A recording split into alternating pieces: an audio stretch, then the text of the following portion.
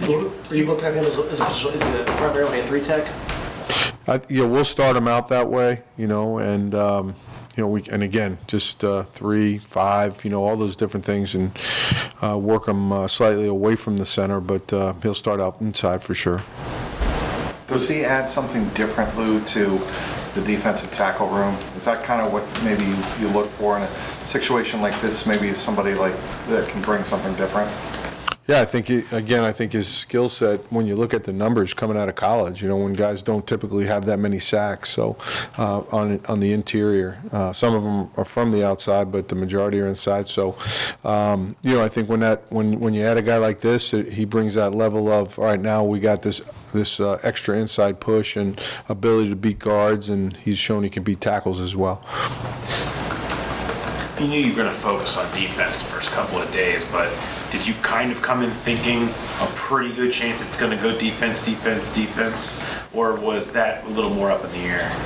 No, I think we were going to be in a position where there were some good offense players there. They would be in the conversation. We are really happy with the 3 guys we've walked away from so far. I think we feel very good, especially with this last pick. We walk out of there feeling like, okay, we accomplished not only get value with the right players, they hit some spots that we knew we needed some depth. We weren't going to reach for guys, so some guys that we felt good about were there, and we took them. And so you walk away feeling like you've hit some needs and you got the right value for there. And so I think it's been a successful first 2 days for us. Do you have to have position versatility? I mean, honestly, in today's football, if you're a one-trick pony, one position pony, is it tougher to find a job in the National Football League if you don't have some kind of position versatility? It helps. You play multiple fronts and you do a lot of different things. So guys that can do more than one job, I think helps on defense. As Lou continues to expand what we do and you continue to evolve each year, I think we've got a lot of guys that feel comfortable playing multiple roles for us. 2 players from the Big Ten, 1 from the SEC. How much does that matter, Zach? Well, you get a chance to grade them against quality competition, and that's not to mean that there aren't guys from schools maybe with lesser competition that jump out and are great players for you, but it's maybe easier because you see a lot of other guys in the draft that they're going up against, and so it's maybe a little bit cleaner of an evaluation maybe from my standpoint. Scouts may disagree with that, but so maybe that just makes it a little bit clearer on the competition they faced and what's expected at the next level.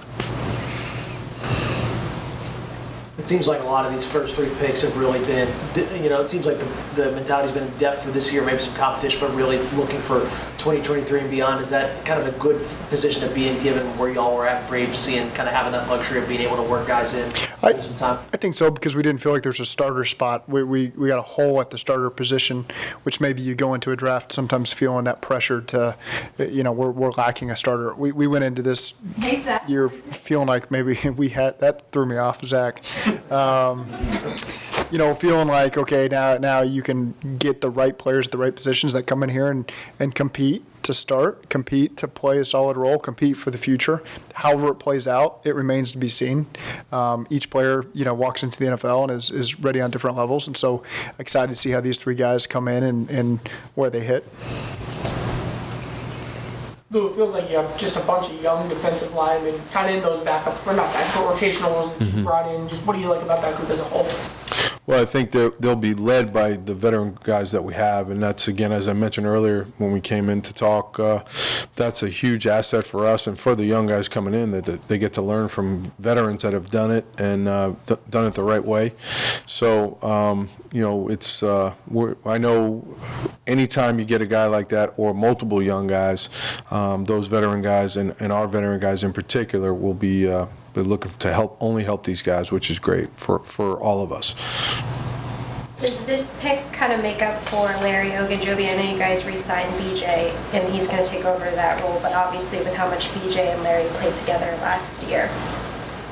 Does it, can you ask that one more time? Does it make up for the production that you guys got from Larry, or is that potentially something? I think that's hard to make up. You know, Larry, we've got high regard for Larry, and he had a ton of production for us. And so, you know, this is more about just adding another player at the position that we feel can come in and compete. But to say someone's going to walk in and fill Larry's shoes is tough to say. Do you feel like it's a deep interior defensive line class, or was that something that you thought there might be a drop-off maybe after day 2? Well, you know, we've addressed it, so that'll be somebody else's problem going forward if there's a drop-off or not, but we're certainly happy with getting Zach. How important was it to address it, I guess, today, though? Well, you know, it's one of those things we're not going to reach for. And so if the right guy's not there, you know, you're going to wait and maybe take a different position. But Zach was there, and we were happy Zach was there, and so we made the move.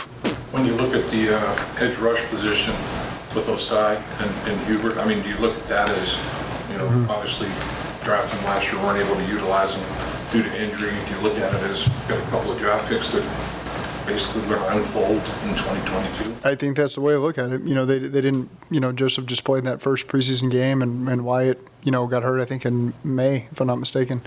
No, he was in July, sorry. So, yeah, I mean, those are two guys that never got a chance to really spend a lot of time in the pads and do all that stuff. So I think it's good to get those guys back in the mix and see what competition they can bring.